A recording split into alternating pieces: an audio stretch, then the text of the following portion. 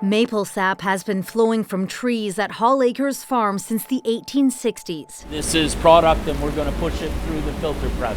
David Hall is a fifth-generation maple syrup producer. And we only produce 20 to 25 days a year. Livelihoods largely dependent on weather are now tapped into even more uncertainty.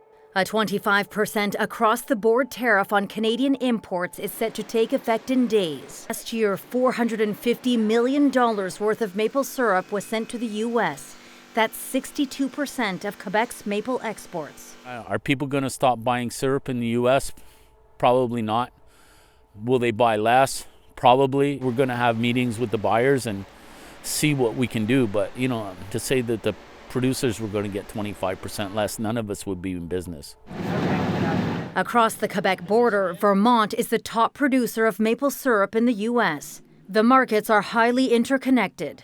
American farmers rely on supplies and equipment made in Canada. It's crucial because they manufacture just about everything that we use, from our pipeline to gather the syrup to the tanks that we store it in.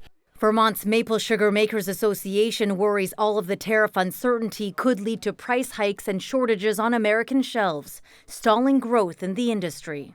Vermont and the U.S. don't make enough maple syrup to fulfill the needs of our domestic market. So it's important to the value of the U.S. industry that we have an adequate and appropriately priced supply of Canadian syrup. My biggest fear in all of this is that we might lose track of the fact that we're neighbors and we're friends. It takes decades for maple trees to grow big enough to tap, making it impossible to replace Canada's famous export overnight, as farmers on both sides of the border set their focus on production over politics.